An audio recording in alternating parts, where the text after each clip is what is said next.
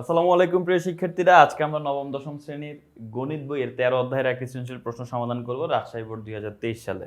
আমরা যদি এখানে দেখি যে এই প্রশ্নের মধ্যে এখানে আমাদের উদ্দীপকে দেওয়া আছে একটি সমান্তর দ্বারার প্রথম পদ দেওয়া আছে যেটা a এর মান 3 এবং সাধারণত d এর মান দেওয়া আছে 4।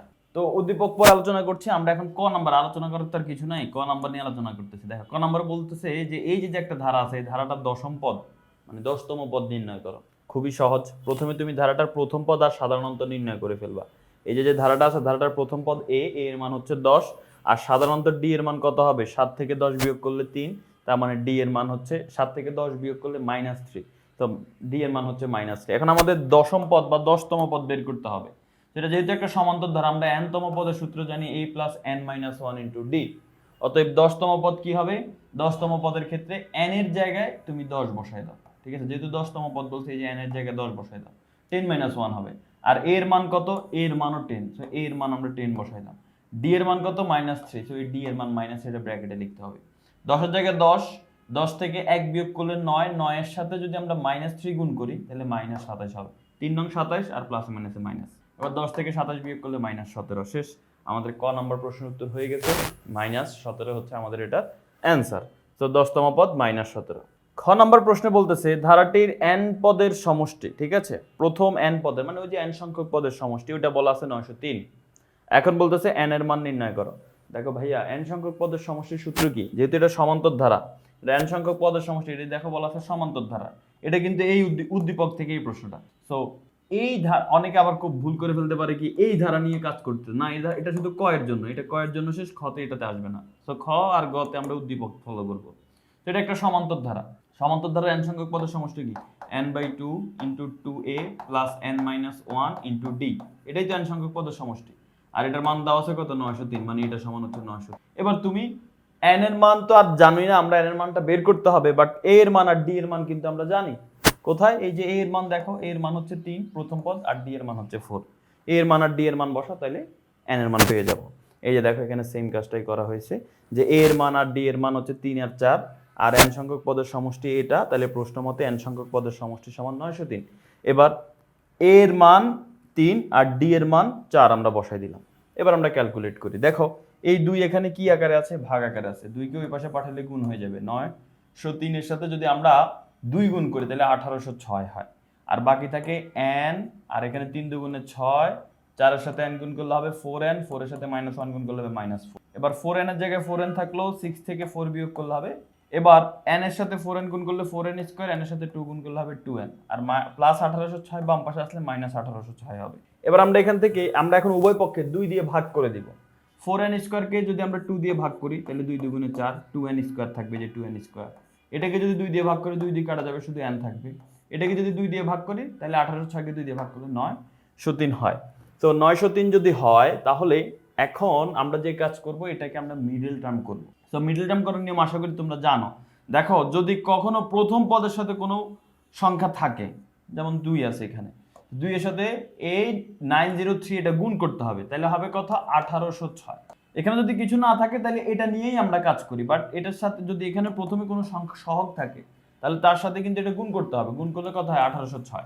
এখন এই 1806 যে হলো, এখন তুমি এমন দুইটা সংখ্যা নিতে হবে যাদেরকে গুণ করলে 1806 হয় এবং যোগ বিয়োগ করলে শুধু 1n হয়, মানে শুধু 1 হয়। তো 43 আর 42, 43 আর 42 গুণ করলে দেখবে 1806 হয়, আবার 43 থেকে 42 তুমি বিয়োগ করে দাও তাহলে শুধু 1 হয়, মানে 1n, মানে শুধু n হয়। তো এইখানে আমরা সেই কাজটাই করলাম, মিডল টার্মটা করলাম। এখন এই দুইটা থেকে n কমন যায়, n কমন গেলে এখানে থাকে 2n + 43, এখান থেকে কমন যাবে কি, -21, -21 কমন গেলে হবে 2n + 43। কমন নাও মানে ভাগ করো, তুমি এদেরকে ভাগ করো তাইলে দেখবে এগুলাই আসে। এই যে 42 কে 21 দিয়ে ভাগ করো দেখবে 2n হয়, 903 কে 21 দিয়ে ভাগ করো দেখবে 43 হয়। এই মাইনাসটা প্লাস হয়ে গেছে কেন, কারণ আমরা মাইনাস সহ কমন নিয়েছি, এই মাইনাস কমন নামাতে এটা প্লাস হয়ে যাবে, এটা এই যে দেখছো এটা প্লাস হয়ে গেছে। এখন আমরা আবার ফাইনালি আরেকবার কমন নিব, এই যে দেখো এখানেও 2n + 43, 2n + 43, so 2n + 43 common নিব। কমন নিলে কি থাকে, শুধু বাকি থাকে n-21, এই যে n-21 এখানে বসে গেল।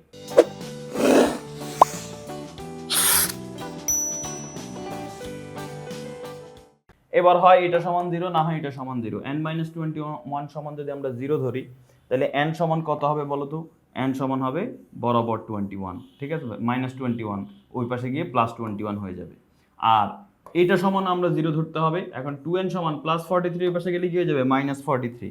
তাহলে n সমান কি হবে, এই দুই গুণ আকারে আছে, ওই পাশে গেলে ভাগ হয়ে যাবে। তো 43 কে আমরা 2 দিয়ে ভাগ করে দেব। 43 কে যদি আমরা 2 দিয়ে ভাগ করে দেই তাহলে এটা -43/2 হয়। কিন্তু আমরা জানি n এর মান কখনো ঋণাত্মক হয় না। তো n এর মান যেহেতু কখনো ঋণাত্মক হয় না, তো সেই ক্ষেত্রে আমরা এটাকে নিব না। আমাদের অ্যান্সার হচ্ছে n এর মান হচ্ছে 21। তো খ নাম্বার প্রশ্নটা কিন্তু আমাদের সমাধান হয়ে গেছে। এবার আসো আমরা গ নাম্বার প্রশ্ন নিয়ে আলোচনা করব। গ নাম্বার প্রশ্নে কি বলা আছে দেখো।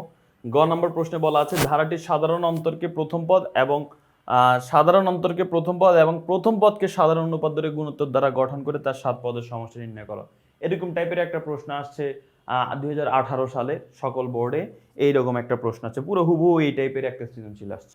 এখন 23 সালে দেখছো হুবহু রিপিট হয়েছে, কিন্তু তাই বোর্ড প্রশ্নগুলো ভালো করে সলভ করা উচিত সবার।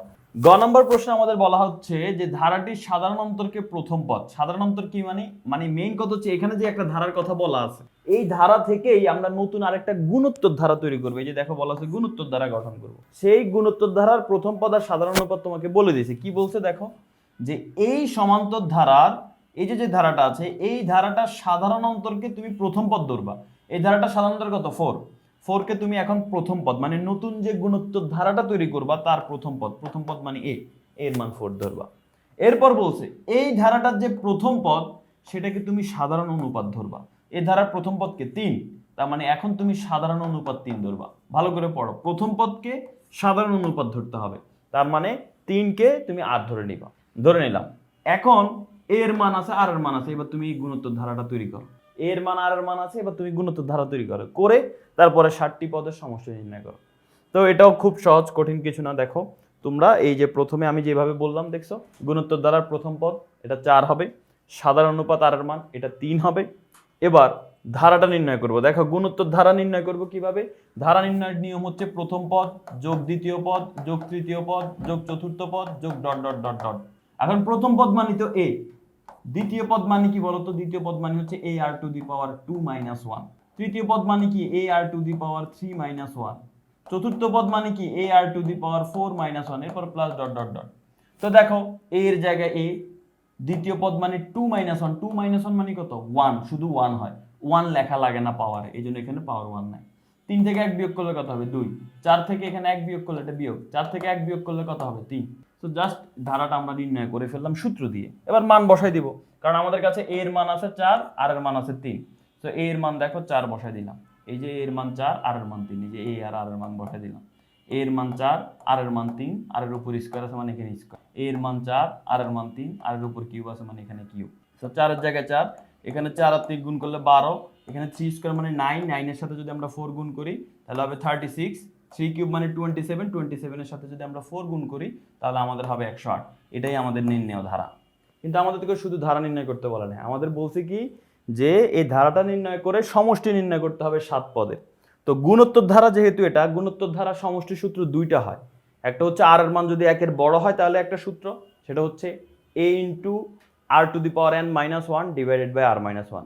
আরেকটা সূত্র হচ্ছে আর এর মান যদি 1 এর ছোট হয় তাহলে সেক্ষেত্রে সূত্র হচ্ছে a * 1 - r⁻n / 1 - r। কিন্তু এখন আমাদের এখানে আর এর মান 3, কিন্তু 1 এর বড়, 1 এর বড় হলে সূত্র হবে এটা a * r⁻n - 1 / r-1। সো এই সূত্রটা আমরা এখানে লিখলাম। এবার আমাদের বলছে 7 পদের সমষ্টি নির্ণয় করো। দেখো n পদের সমষ্টির ক্ষেত্রে পাওয়ার কত হয়েছে, আর এর পাওয়ার কত n, তাহলে 7 পদের সমষ্টির ক্ষেত্রে আর এর পাওয়ার কত হবে, এই জন্য n এর জায়গায় পরের লাইনে 7 বসাই দিলাম। আর a এর মান আর এর মান তো জানি, এই যে a এর মান 4 আর এর মান 3, এই যে a বরাবর a এর মান 4 বসাই দিলাম, আর বরাবর আর এর মান 3 বসাই দিলাম, এই যে আর বরাবর আর এর মান 3 বসাই দিলাম। এবার ক্যালকুলেট করলে অ্যান্সার চলে যাবে। এবার জাস্ট ক্যালকুলেটরের খেলা, তুমি 3⁻7 এটার মান হচ্ছে 2187 বিয়োগ 1 এর জায়গায় 1, আগে আছে 4, 3 থেকে 1 বিয়োগ করলে 2। এবার এটাকে 1 বিয়োগ করে 4 দিয়ে গুণ করো, গুণ করে 2 দিয়ে ভাগ করো, দেখবে অ্যান্সার আসবে 4372। তাহলে কিন্তু আমাদের অ্যান্সারটা চলে আসলো। আশা করি বুঝতে পেরেছো যে কিভাবে আমরা এটা সমাধান করলাম। এরই মাধ্যমে আমাদের এই প্রশ্নটা সমাধান হয়ে গেল। পরবর্তীতে ইনশাল্লাহ আরেকটা প্রশ্ন তোমাদের সাথে আলোচনা করা হবে। সেই পর্যন্ত সবাই ভালো থাকো, সুস্থ থাকো, আল্লাহ হাফেজ, আসসালামু আলাইকুম।